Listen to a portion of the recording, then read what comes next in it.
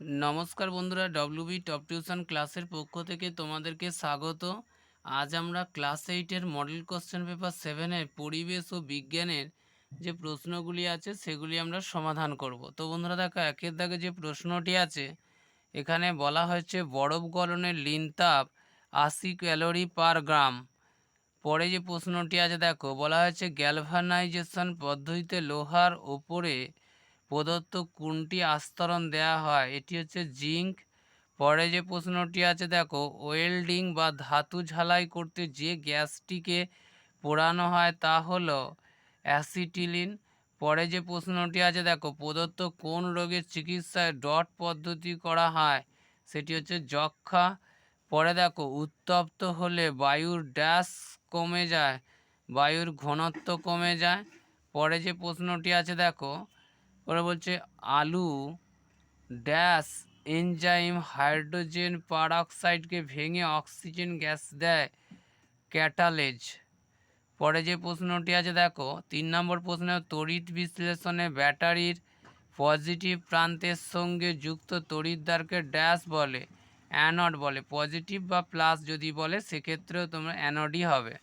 পরে যে প্রশ্নটি আছে দেখো, ডিপ লিটার পদ্ধতিতে ড্যাশ পালন করা হয়, এটি মুরগি হবে। পরে যে প্রশ্নটি আছে দেখো, বলা হয়েছে থার্মোফ্ল্যাক্সের উদ্ভাবন করেন ইংরেজ বিজ্ঞানী জেমস ডিওয়ার। পরে যে প্রশ্নটি আছে দেখো, দমদম জ্বর কোন আদ্য প্রাণীর আক্রমণে হয়, লিসম্যানিয়া। পরে যে প্রশ্নটি আছে দেখো, বলছে দুটি আগাছানাশক রাসায়নিক পদার্থের নাম লেখো। তো দেখো এখানে দুটি হচ্ছে, একটা লিখে দেওয়া হয়েছিল, দুটি করতে হবে যেহেতু। একটা হচ্ছে ড্যালাপন, অপরটি হচ্ছে পিলকোরাম। পরে যে প্রশ্নটি আছে দেখো, তো দেখো এর যে 2 নাম্বারগুলো আছে আমরা পরের ক্লাসে এগুলো সমাধান করে দেবো, 2 নাম্বারগুলো একসাথে করে দেওয়া হবে। তো দেখো পরে 8-এর দাগে যে প্রশ্নটি আছে, এখানে 8-এর মডেল কোশ্চেন পেপার 8-এর যে 1 নম্বরের প্রশ্নগুলি আছে সেগুলি একটু সমাধান করে দেওয়া হয়েছে। 8-এর 1-এর দাগে কী আছে, এখানে বলা হয়েছে যে পদ্ধতিতে কোনো মাধ্যমের কণা স্থানচ্যুত হয়ে তাপের সঞ্চালন ঘটায় তাকে বলা হয় পরিচলন। তো 2 নম্বরে যেটি আছে, CuO+H2 থেকে CuH2O বিক্রিয়া জারক হলো CO। পরে দেখো, একটি মৃদু তড়িৎ বিশ্লেষক হলো, এখানে যে অ্যান্সারটি সঠিক হবে সেটি হচ্ছে অ্যাসিটিক অ্যাসিড। পরে যে প্রশ্নটি আছে দেখো, বলা হয়েছে কি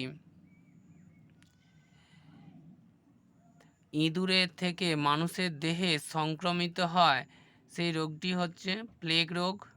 পরে যে প্রশ্নটি আছে দেখো, পরের প্রশ্নে বলা হয়েছে অজৈব সার মাটিতে যে 3টি মৌলের ঘাটতি পূরণ করে সেগুলি হলো ফসফরাস, নাইট্রোজেন, পটাশিয়াম।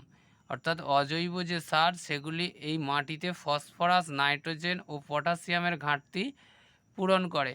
পরে যে প্রশ্নটি আছে দেখো, এখানে বলা হয়েছে শূন্যস্থান পূরণ করো।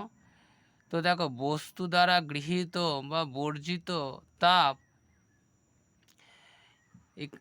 দ্বারা বোঝানো হয়েছে যথাক্রমে বস্তুর ভর ও উষ্ণতার পরিবর্তন। অর্থাৎ এম ড্যাশ ও ডেল্টা টি দ্বারা বোঝানো হয়েছে, এম ড্যাশের দ্বারা বোঝানো হয়েছে বস্তুর ভর এবং ডেল্টা টি দ্বারা বোঝানো হচ্ছে উষ্ণতার পরিবর্তন। পরে যে আছে দেখো, 2 নম্বর প্রশ্নে বলা হয়েছে হাইড্রোজেন পারঅক্সাইড থেকে অক্সিজেন তৈরির ক্ষেত্রে MnO2কে অনুঘটক হিসাবে ব্যবহার করা হয়। 3 নম্বর বলছে ব্যাটারিতে প্লাস বা পজিটিভ প্রান্তে যুক্ত তড়িৎদ্বারকে অ্যানড আর নেগেটিভ বা মাইনাস প্রান্তে যুক্ত তড়িৎদ্বারকে ক্যাথড বলা হয়। যক্ষ্মা রোগের জন্য দায়ী ব্যাকটেরিয়াটির নাম মাইকোব্যাকটেরিয়াম টিউবারকিউলোসিস, MYCOBACTERIUM।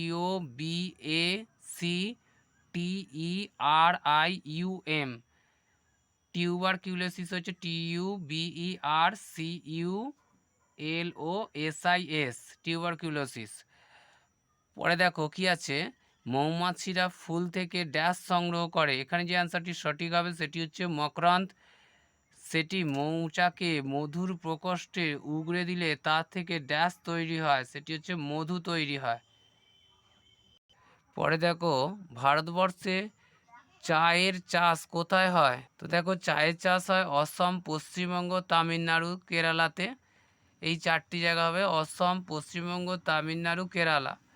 SARS পুরো নাম হচ্ছে সেভারি অ্যাকুয়েট রেসপিরেটরি সিনড্রোম। তো বন্ধুরা দেখো আজ এই পর্যন্তই। পরের ক্লাসে আমরা 9 নম্বর সেটের যে প্রশ্নগুলি আছে সেগুলি আমরা সমাধান করে দেব।